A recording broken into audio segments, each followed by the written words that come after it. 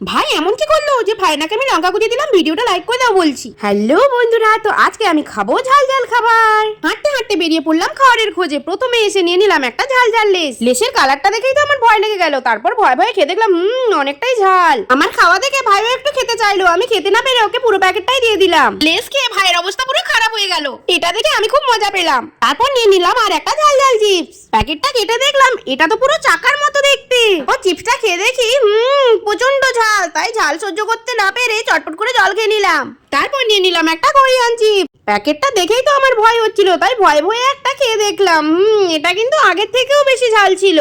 তারপর চলে এলাম কেকের মোড়ে। এখান থেকে নিয়ে নিলাম একটা ভেজিটেবল চপ। চপটা খেয়ে বুঝলাম অনেকটাই কিন্তু স্পাইসি। তাই আমি না খেতে পেরে ভাইকে একটু খেতে বললাম, কিন্তু ঝালের ভয়ে ভাই তো খেলোই না। তারপর আমি বাড়ি এসে ভাবতে লাগলাম কি খাওয়া যায়। তখনই ভাই এসে আমাকে একটা লঙ্কা খেতে বলে। সেটা দেখে আমার মাথাটা পুরো গরম হয়ে যায়। লঙ্কাটা নিয়ে তো নাকে পুড়ে দিই।